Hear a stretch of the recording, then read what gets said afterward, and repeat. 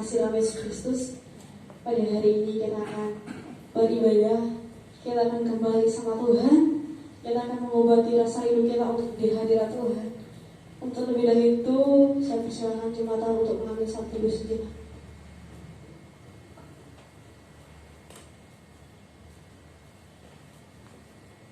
Kami sangat bersyukur Tuhan untuk penyertaan Tuhan, lawatan Tuhan dalam kehidupan kami. Kami sangat bersyukur untuk hari-hari yang telah kami lewati Tuhan, untuk setiap berkat Tuhan yang Tuhan berikan dalam kehidupan kami. Tuhan Yesus yang baik, di siang hari ini Tuhan, kami rindu, kami ingin bersekutu dengan Tuhan. Dan kiranya Bapa, penyertaan-Mu, lawatan-Mu nyata dalam kehidupan kami. Kami menyerahkan ibadah ini dari awal, pertengahan, hingga berakhirnya hanya di dalam nama Yesus Kristus. Haleluya. Hatiku tenang berada di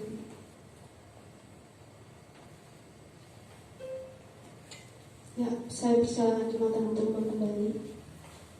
Kita akan mengangkat pujian dengan Tuhan. Hatiku tenang berada di Allah. Kita ingin percaya, kita mengalami ketenangan, kita mengalami suatu kenyamanan ketika kita berada di hadirat Tuhan, ketika Tuhan bersama dengan kita.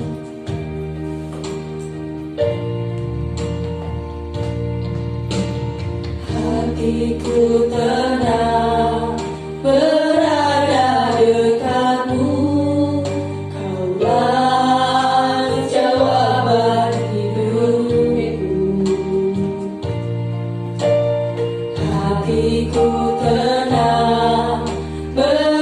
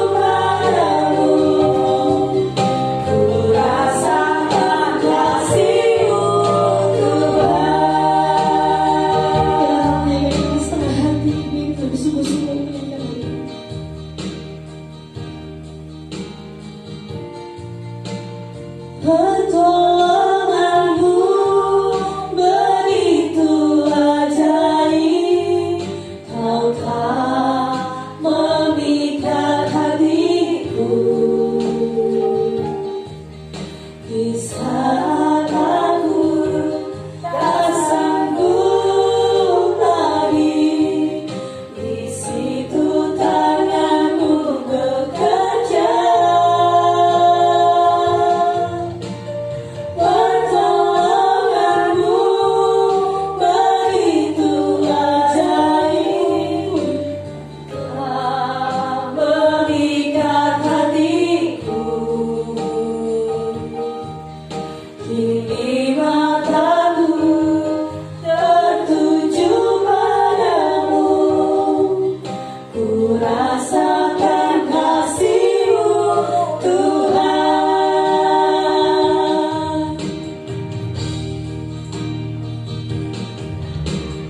Pertolonganmu begitu ajaib, Kau telah memikat hatiku. Di saat aku tak sanggup lagi, di situ tanganmu bekerja. Pertolonganmu begitu ajaib, Kau telah memikat hatiku. Kini mataku tertuju padamu, ku rasakan kasih-Mu, ku rasakan kasih-Mu, Tuhan. Ku rasakan kasih-Mu, Tuhan.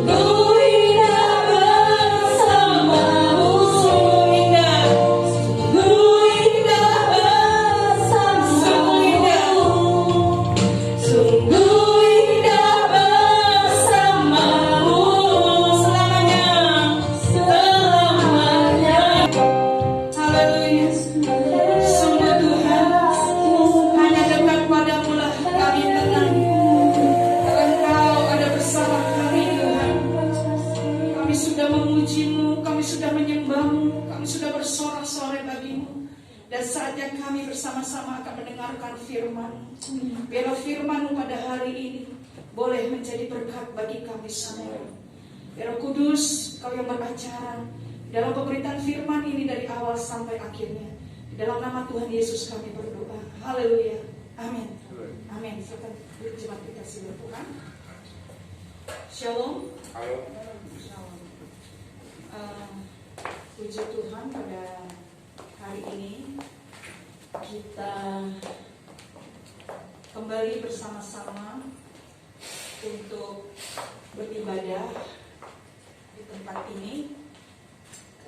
Tapi berapapun kita yang hadir di tempat ini, biarlah kita terus bersemangat, terus mengandalkan Tuhan dan tetap menjaga. Jemaat dikasih oleh Tuhan, lagu-lagu yang tadi kita dengar, ya, lagu-lagunya yang mengatakan hanya dekat Allah saja aku tenang. Jadi judul firman Tuhan hari ini adalah hanya dekat Allah saja aku tenang. Ya. Mari kita buka Alkitab kita yang terdapat di dalam Mazmur 62 ayatnya yang ke-6.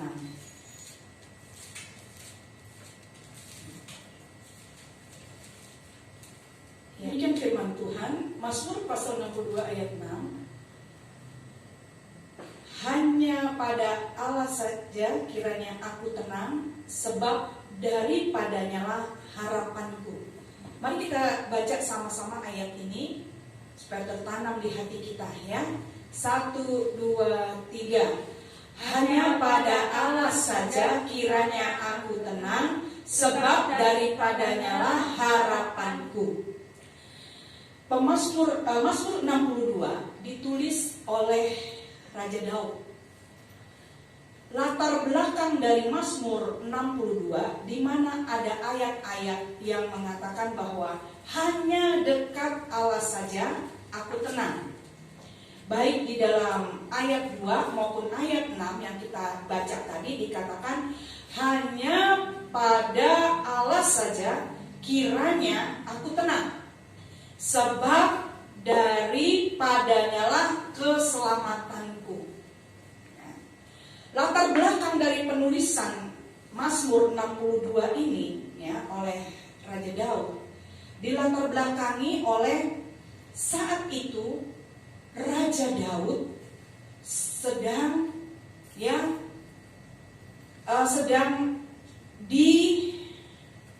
diperangi atau dilawan atau anaknya memberontak terhadapnya, yaitu Absalom. Cuma dikasih Tuhan, Daud mungkin biasa menghadapi, ya, musuh-musuh yang menyerang negerinya. Tetapi apabila yang menyerang itu, yang melawan itu, yang memberontak itu adalah anaknya sendiri, ya, bagaimana perasaan Daud? Kalau mau dilawan anak sendiri, kan begitu. Namanya berperang, pasti ada yang terbunuh. Nah, di masa-masa seperti itu, ya, kemudian Daud melarikan diri, artinya dia keluar dari negeri itu, ya.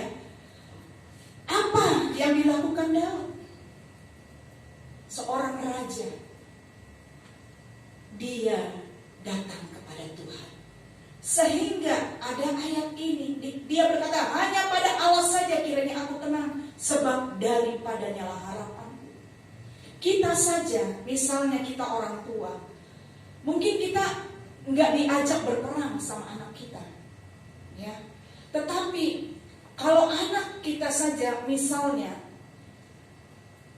melawan, ya, apa yang kita katakan, ya, rasanya itu gimana? Apalagi Daud, ya. Kok kita ibu-ibu, ya mungkin ya bapak-bapak juga lah. Kalau kita sebagai orang tua, kalau anak mungkin kita tidak bisa kasih tahu, ya, kita nggak bisa kasih tahu, ya, kita nasihati nggak bisa, nggak dengar. Lalu apa yang dilakukan? Biasanya kita kemana? Berdoa, datang kepada Tuhan. Ya, apalagi Daud berperang loh ini. Ya, kalau dilawan sendiri, anak sendiri, kan kalau nggak Daud, ya anaknya kan pas terbunuh begitu kan. Akhirnya dia pergi dan dia hanya datang kepada Tuhan. Sehingga dikatakan hanya pada Allah saja kiranya aku tenang, sebab daripadanya lah harapanku. Mengapa Daud bisa tenang? Ya, dikatakan hanya pada Allah saja, berarti tidak kepada yang lain, tidak kepada manusia atau Daud. Dia mempunyai banyak pasukan juga kan, tetapi Daud katakan hanya pada Allah saja. Hanya, berarti tidak ada yang lain yang membuat tenang, hanya Allah. Bukan senjata-senjatanya, bukan pasukannya ya yang bisa mengawal dia, tetapi dia katakan pengakuan Daud, hanya Allah saja yang membuat dia tenang. Lalu pertanyaannya, mengapa hanya dekat Allah saja kita tenang? Kita pun begitu, ya. Sebelum saya lanjut menjelaskan atau menyampaikan firman Tuhan ini, pada tanggal 11 yang lalu, ya, ini bicara tentang tenang. Hanya dekat Allah saja kiranya aku tenang. Pada tanggal 11 September, ya, bulan lalu, sekitar jam 8:30 pagi, dapat WA dari anak saya, Yosua. Ya, dia bilang tangannya patah. Lalu pas dapat berita itu dia nggak WA saya, dia WA ke papinya. Terus papinya kasih tahu tuh tangan Yosua patah. Tahukah jemaat, pada hari itu saya baru selesai membaca firman Tuhan ini, yang tadinya saya mau siapkan untuk saya sampaikan pada minggu, ya, waktu itu tanggal 11 Jumat, pada minggunya. Tapi kemudian saya sekitar 8:30, kira-kira anak saya itu baru dari rumah itu sekitar 25 menit dari rumah, atau sudah dapat kabar seperti itu. Tapi saya tidak rasa panik yang berlebihan. Bukan saya tidak sayang anak saya, dia anak satu-satunya, ya, Yosua, ya, yang hari ini tidak bisa datang karena memang tangan kanannya masih begini, jadi dia harus terapi supaya bisa kembali normal, ya, belum bisa main keyboard. Saya merasakan tidak yang panik seperti apa. Karena apa? Tadi baru saja saya ini dapatkan firman Tuhan ini. Baru saya, oh ini dia, ya. Saya dapatkan firman Tuhan ini, lalu kemudian anak saya mengalami kecelakaan. Sebagai orang tua yang punya anak hanya satu, tentunya pasti ada rasa cemas, khawatir.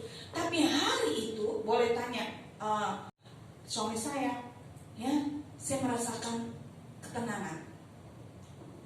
Karena apa? Tadi saya sudah dibekali oleh firman Tuhan ini. Lalu kemudian tanya, ada di mana sekarang? Belum dijawab. Di telepon nggak diangkat. Bagaimana perasaannya? Ya. Nah, kemudian tidak lama kemudian dia kabari bahwa dia ada di Fatmawati. Lalu kemudian saya dan suami langsung ke sana, dan ketika saya sampai di sana, Yosua lagi di ruang IGD dan sedang di ronsen tangannya. Coba dikasih Tuhan, hari itu tidak mudah. Karena apa? Lagi juga masa COVID ini, ya, orang pasti takut ke rumah sakit. Tapi saya harus menginjak rumah sakit, ruang IGD lagi. Tapi hari itu saya bisa tenang. Bukan hari itu saja. Lalu kemudian itu kejadian di Jumat, lalu Rabunya dia harus operasi. Ya. Tapi saya pegang firman Tuhan ini. Jadi saya punya ketenangan. Pertanyaannya, mengapa saya bisa tenang? Atau kenapa Raja Daud sampai menulis hanya dekat Allah saja aku tenang? Kalau kita baca ayat yang tadi, Mazmur 62 ayat 6 dikatakan, hanya pada Allah saja kiranya aku tenang, sebab daripadanya lah harapanku. Jadi mengapa kita bisa tenang? Karena Tuhanlah pengharapan kita. Amin. Harapan artinya, ketika kita punya harapan, artinya kita memiliki sesuatu keyakinan yang kuat. Ya, kan kita suka nyanyi atau kita dengar kata, ya kita kan berharaplah sama Tuhan, kita punya pengharapan kok. Ya, GBI ini namanya GBI yang saya gembalakan, Menara Harapan. Kan? Kita sering apa sih kita bicara harapan, tapi apa harapan itu? Ya, nah inilah yang akan saya bahas. Harapan itu, orang yang memiliki harapan artinya dia memiliki sesuatu keyakinan yang sangat kuat. Ya. Lalu menurut Kamus Bahasa Indonesia, harapan artinya sabar, menunggu, tenang, jangan gelisah, keinginan supaya sesuatu terjadi, pasti yang baik. Ya. Lalu di dalam bahasa Yunani ada kata pengharapan ditulis elpis itu yang artinya menantikan yang baik. Makanya kenapa kita selalu anak-anak Tuhan bilang harapan kita hanya pada Tuhan Yesus. Ayo kita punya pengharapan kok. Ya, kita masih punya pengharapan. Nah, inilah orang yang berpengharapan, orang yang kita ini disebut adalah orang-orang yang mempunyai pengharapan, menantikan sesuatu yang baik. Inilah harapan. Kita mempunyai suatu keyakinan yang kuat, yaitu menantikan sesuatu yang baik. Oleh karena itu, mengapa kita bisa tenang? Mengapa Raja Daud bisa tenang? Karena dia harapan, dia mempunyai harapan. Lalu hal yang kedua, siapakah tempat pengharapan kita?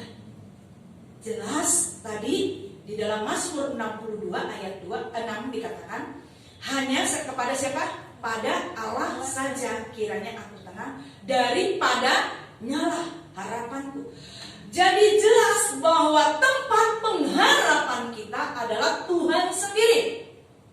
Di dalam Roma 15 ayat 13 dikatakan, semoga Allah sumber pengharapan memenuhi kamu dengan segala sukacita dan damai sejahtera dalam iman kamu, supaya oleh kekuatan Roh Kudus kamu berlimpah-limpah dalam pengharapan.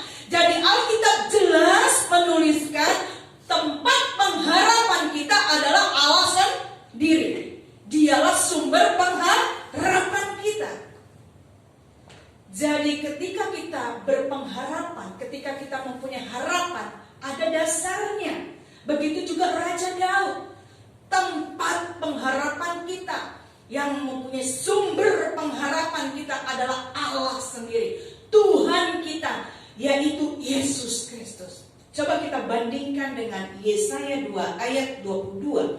Dikatakan, jangan berharap pada manusia, sebab ia tidak lebih daripada hembusan nafas, dan sebagai apa ia dianggap.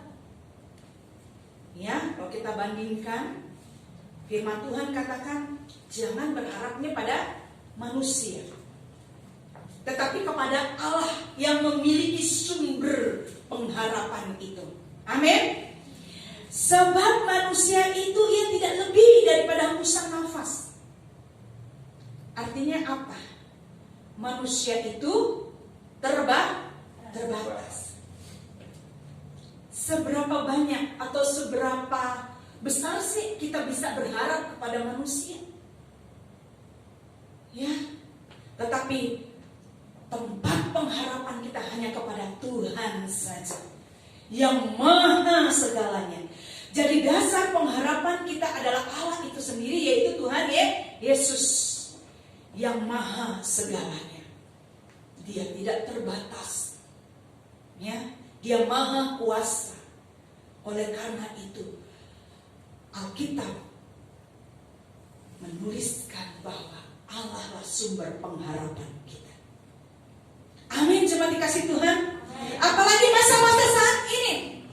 Saya sudah mulai mendengarkan, ya, ada yang sudah mulai boleh dikatakan berkeluh kesah atau ya yang sudah dialami mengenai ekonomi saat ini. Ya, kalau apalagi kita lihat atau kita baca bahwa dikatakan Indonesia gitu kan akan memasuki masa resesi ekonomi karena dampak dari COVID ini. Ya, mau nggak mau, karena apa? Perusahaan-perusahaan banyak yang tutup, begitu ya. Orang-orang yang buka usaha, ya, banyak yang tutup. Karyawan-karyawan banyak yang di PHK. Jadi sudah mengalami resesi ekonomi. Begitu juga kita anak-anak Tuhan mengalami juga dampak ini kan. Tetapi ada tetapinya. Tadi Allah itu sumber pengharapan kita. Ya. Ada bedanya. Ya, nanti seterusnya kita akan lihat di mana nanti perbedaannya. Oke. Lanjut, ciri-ciri seseorang yang memiliki pengharapan. Yang pertama, ia akan memiliki keyakinan atau iman bahwa ia sedang menanti sesuatu yang baik. Kan tadi harapan ya, pengharapan. Menanti sesuatu yang baik yang datangnya daripada siapa? Tuhan. Ya. Maka kalau ia memiliki keyakinan atau iman bahwa ya ia sedang menanti sesuatu yang baik daripada Tuhan, maka ia akan tetap optimis. Amin. Ya, saya selalu ingat dengan Pak Moko menanti orang yang nggak janjian. Ya, ada Pak Moko. Gak enak itu nunggu orang yang gak janjian. Maksudnya apa? Pak Moko ini buka bengkel, kan gak janjian orang yang mau datang isi angin atau perbaiki ban, ya. Tapi tetap berpengharapan, tetap positif, tetap semangat. Amin, Pak Moko. Amin. Tetap ditunggu, tetap dibuka bengkelnya. Bukan udahlah yang ditunggu, yang gak ditunggu, yang gak ditunggu itu gak datang-datang. Udah tutup aja. Enggak, tapi tetap dibuka kan Pak Moko bengkelnya? Bukan. Karena Pak Moko memiliki keyakinan iman, menantikan sesuatu yang baik. Ya. Tetap berpikiran positif, tetap bersemangat. Ini bedanya tadi ya.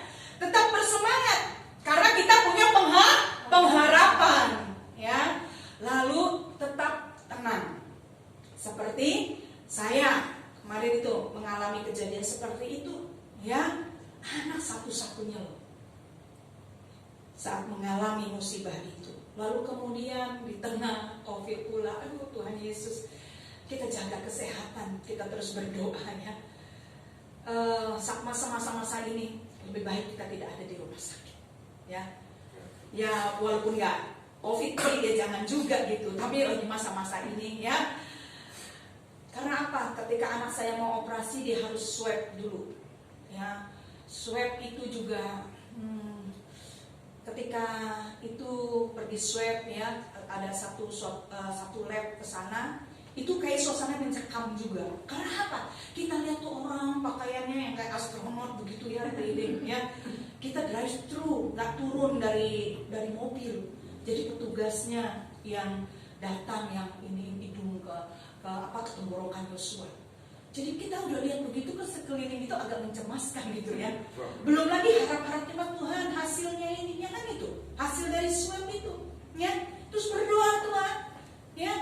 Hasilnya negatif. Ya kalau orang yang lagi hamil, yang pengen merindukan anak, pengen hasilnya positif, kan gitu ya. Kalau kita kan beda sekarang, maunya buat negatif gitu ya kan. Kita nggak mau positif, ya. Inilah, udah kebalik ya, jangan. Ya, jadi harap cemas, tapi tempat pengharapan kami hanya kepada Tuhan sambil berdoa, ya. Dan puji Tuhan, setelah itu hasilnya negatif, lalu kemudian anak saya bisa dioperasi. Bisa dioperasi, ya, di dalam kamar lagi. Kamar itu ada berapa orang? Kalau yang kelas 2 ada 4, tapi waktu itu masih 3. Dengar lagi cerita di situ kenapa kecelakaannya, yang di sana kena apa itu gerinda ya, tangannya yang di situ kecelakaan, terus malamnya masuk itu matanya udah nggak bisa lihat karena kecelakaan. Aduh Tuhan Yesus ya. Ya, Dios saya itulah ya, tapi tempat pengharapan kita kepada Tuhan dan kita tetap tenang. Dan puji Tuhan juga anak saya juga saat-saat itu tenang, cuma waktu mau operasinya pastilah ada sedikit-sedikit gimana ya. Cuma karena saya dulu sudah tahun 2018 pernah operasi, jadi saya bisa menjelaskan, menerangkan, menenangkan bagaimana nantinya gitu ya. Dan juga setelah itu jemaat dikasih Tuhan, yang namanya operasi harus bayar ya. Kalau nggak punya BPJS atau asuransi harus bayar lagi. Haleluya ya. Sungguh ya, ketika dapat ayat ini saya mengalami prakteknya langsung dari Tuhan. Ya, baru berapa jam itu pagi itu lagi renungkan firman Tuhan, dalam 1 hari itu, dalam seminggu itu, dan praktek bagaimana kita bisa tenang. Ya, tapi saya dapatkan ayat ini bahwa hanya dekat Allah saja aku tenang, karena Dialah pengharapan kita. Lalu kita lanjut ya, ciri-ciri seorang yang memiliki pengharapan. Tadi ia memiliki keyakinan atau iman bahwa ia sedang menanti sesuatu yang baik yang datang dari Tuhan. Maka ia terus berpikiran yang positif, ya, tidak negatif. Ia tetap bersemangat, tidak loyo. Ia tetap tenang, tidak gusar, tidak panik. Dia tidak putus asa, dia tidak goyah. Ya, siapa sih kalau menghadapi situasi-situasi yang seperti yang saya alami, mungkin situasi suatu saat ini ya, yang orang sudah butuh kerja dan sebagainya gitu ya. Kita kemana juga sekarang ini masih tidak bisa seenak kita ya. Nah, tetapi karena kita memiliki pengharapan kepada Tuhan, maka kita mempunyai keyakinan sehingga kita tetap mempunyai pikiran yang positif. Di dalam Ibrani pasal 6 ayat 19 dikatakan, pengharapan itu adalah sauh yang kuat dan aman bagi jiwa kita yang telah dilabuhkan sampai ke belakang tabir. Jadi pengharapan itu diumpamakan seperti sauh itu jangkar. Ya, kalau kapal laut ingin berlabuh di dermaga, dia turunkan jangkar supaya kapalnya tidak terombang-ambingkan oleh ombak. Ya, begitu juga kita, kalau kita mempunyai pengharapan di dalam Tuhan, kita akan kuat. Kita tidak terombang-ambingkan iman kita, sehingga kita mulai meninggalkan Tuhan. Ya, tetapi karena kita punya pengharapan tadi, maka kita tetap kuat di dalam Tuhan, seperti jangkar itu, seperti sauh itu. Amin, coba dikasih Tuhan. Amin. Lalu lanjut, ya. Ciri-ciri seorang yang memiliki pengharapan. Yang kedua, ia melakukan apa yang menjadi bagiannya. Maka ia tetap percaya, tetap bersekutu dengan Tuhan, tetap berusaha. Karena dia punya pengharapan. Ia tetap melakukan bagiannya. Ya, jangan karena situasi atau kondisi yang di depan mata kita sepertinya itu mustahil. Ya, mungkin kita mengalami masa yang sukar, yang sulit, sehingga kita tidak lagi melakukan apa-apa. Ya, bahkan kita tadi yang pertama kita jadi tidak bersemangat lagi. Bahkan kita mungkin tidak mau lagi bersekutu dengan Tuhan. Di masa-masa ini, ya boleh katakan adalah masa-masa yang sukar ini, ya. Saya berpikir ada dua kemungkinan buat jemaat Tuhan. Karena sudah lama tidak beribadah, ya tatap muka. Ada yang mungkin yang pertama dia tenang saja, merasa nyaman saja, ya. Artinya apa? Ya, artinya ya antusiasnya itu sudah tidak ada. Ya bisa saja namanya online, ya kan? Bebas ya orang online itu kan, mau ibadah enggak toh nggak ada apa ya maksudnya dia mau ibadah jam berapa, mau enggak atau bagaimana, kan begitu ya. Fine aja, ya. Dia sudah tidak melakukan lagi bagiannya, gitu ya. Tetapi ada mungkin orang yang kedua, ketika situasi seperti ini, dia semakin teguh, semakin giat, semakin berusaha untuk mencari Tuhan, untuk bersekutu dengan Tuhan, ya, untuk meninggalkan hal-hal yang dosa yang dilakukan supaya hidup benar di hadapan Tuhan, melakukan bagiannya. Coba dikasih Tuhan, kalau kita punya pengharapan kepada Tuhan, maka kita akan tetap melakukan apa yang menjadi bagian kita. Kita tetap bersekutu dengan Tuhan, ya, walaupun mungkin kita belum bisa beribadah misalnya di gereja, gitu ya. Kita belum bisa bertatap muka, terbatas semuanya. Tetapi kita tetap melakukan bagian kita bersekutu dengan Tuhan. Amin. Kita tetap merenungkan firman Tuhan. Ya, lalu yang berusaha atau yang bekerja tetap melakukan bagiannya. Apa nih yang bisa dikerjakan? Ya. Apalagi nih yang bisa dikerjakan? Kemudian minta hikmat Tuhan, keluar inisiatif, keluar ide-ide, ya, melakukan bagian kita. Kita tetap melakukan bagian kita. Bukannya ya sudahlah, lagi bagian begini ya, apa sih usaha apa, semua juga kayaknya lagi sepi, lagi apa. Enggak. Tapi orang yang punya pengharapan, ya, dia tetap akan terus berusaha. Karena kita punya harapan di dalam Tuhan. Amin. Kita tetap melakukan bagian kita. Ya, yang melayani, ya tetap melayani, melakukan bagian kita. Ya, saya percaya juga hari-hari ini adalah hari-hari yang berat bagi seorang hamba Tuhan atau gembala. Ya, pasti juga dialami oleh gembala. Tetapi saya pribadi tetap melakukan apa yang menjadi bagian saya. Ketika ada jemaat yang meminta untuk didoakan, saya setelah lewat beberapa bulan itu ya, tentunya dari awal yang bulan-bulan berapa, 3 bulan pertama, tapi kita tetap mengikuti apa yang menjadi aturan. Tapi setelah itu kan bulan Juli ya kan, tapi tetap pakai protokol kesehatan. Ya, sebelumnya itu kan yang kita pakai online atau HP gitu ya. Kalau ada minta yang melayani doa atau apa, ya, maka kami berdoa pun melalui online kan, tim doa gitu.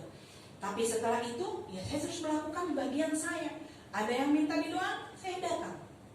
Ya, bagi yang sudah membuka pintu rumahnya, ya kalau yang bagi belum ya nggak apa-apa juga, ya kan? Tetap dia mungkin ditelepon atau pakai WA akan didoakan. Tetapi kalau kita harus ketemu, ya mungkin kecuali kalau rumah sakit memang kita nggak bisa, ya, untuk saat-saat ini kunjungan ke rumah sakit tidak bisa, ya. Tetap dilakukan apa yang menjadi bagian kita, karena pengharapan kita hanya kepada Tuhan. Amin. Lalu yang ketiga, ciri-ciri seseorang yang memiliki pengharapan ialah ia setuju menyelesaikan masalahnya dengan cara kekuatan Tuhan dan pemikiran Tuhan. Maka ia berserah penuh kepada Tuhan.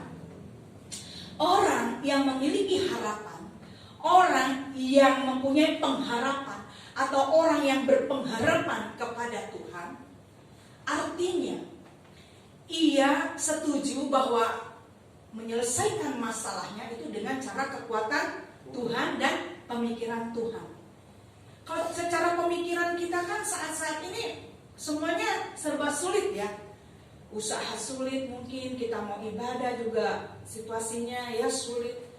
Tetapi kalau kita memiliki pengharapan, ya, kita artinya hidup kita berserah penuh kepada Tuhan. Coba dari awal-awal kemarin yang namanya PSBB, ya, ada orang-orang kan yang memang usahanya ditutup, yang bekerja tidak bisa ke kantor dulu. Tapi dari bulan Maret ya sampai ini sudah berapa? Maret, April, Mei, Juni, Juli, Agustus, September, Oktober, sudah masuk 7 bulan. Tapi bukankah hari ini kita masih makan nasi? Amin? Amin. Karena apa? Kita sudah berserah penuh. Biar Tuhan yang menyelesaikan setiap permasalahan kita. Ngalamin nggak? Pasti ngalamin. Ternyata berkat-berkat Tuhan itu ada aja, betul? Berkat-berkat Tuhan itu ada. Karena apa tadi? Kalau kita pakai cara pikir kita, Tuhan, bagaimana nih? Ya, saya besok mau makan apa nih? Ya, besok saya mau bayar listrik, dari mana nih uangnya nih? Dengan keadaan seperti ini, ya, situasi seperti ini.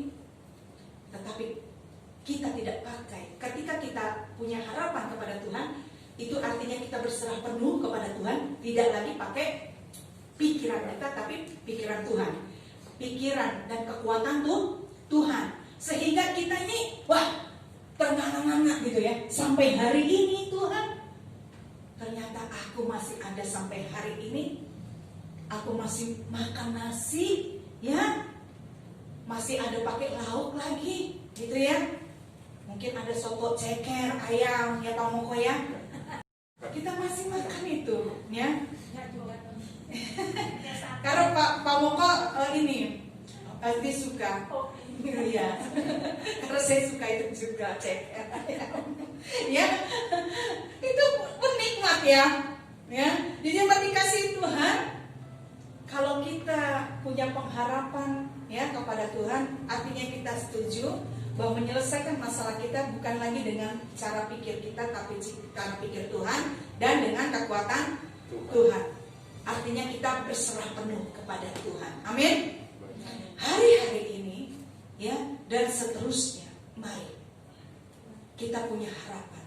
Berpengharapanlah kepada Tuhan. Ya, kita harus terus berpengharapan kepada Tuhan, bukan kepada manusia. Karena manusia itu terbatas. Ya manusia itu dia juga ngalamin sama kok sama kita masa-masa sekarang ini. Kalau kita baca berita demi berita, ya, bahkan orang yang uangnya berlimpah-limpah juga nggak bisa apa-apa saat-saat ini, ya. Tapi pengharapan kita hanya kepada Tuhan saja. Amin.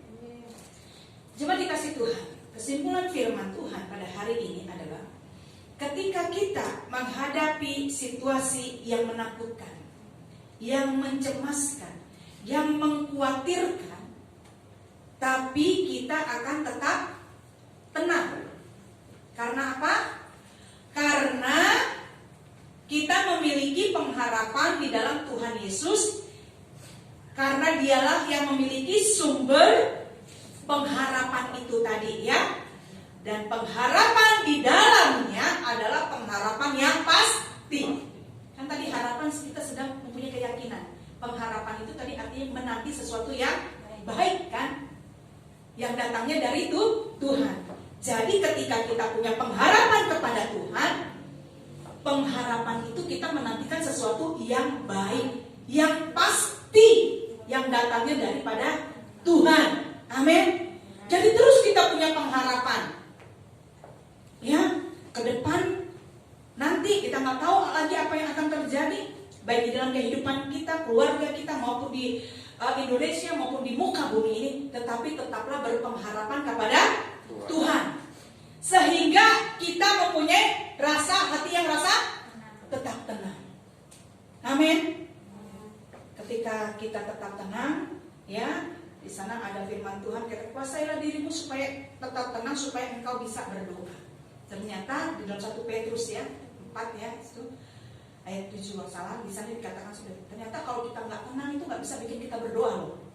Bener nggak? Ya itu cerita emang. Ya, jadi biarlah kita punya hati yang tenang supaya kita bisa tetap berdoa, tetap bersekutu dengan Tuhan, tetap melakukan bagian kita. Ya, amin. Kita tetap bersekutu, tetap merenungkan firman Tuhan, tetap percaya kepada Tuhan. Itu yang penting. Kita tidak goyah kepada Tuhan. Ya. Jemaat dikasih Tuhan. Jadi hari ini mari kita memiliki ini. Ya, pengharapan ini. Kalau kita orang-orang yang berpengharapan berarti kita memiliki keyakinan atau iman yang kuat di dalam Tuhan, ya. Dan kita tetap melakukan apa yang menjadi bagian kita. Dan kita serahkan secara penuh segalanya dengan cara pikir dan kekuatan Tuhan. Amin. Untuk firman Tuhan hari ini. Cuma dikasih Tuhan, mari kita akan siapkan hati kita.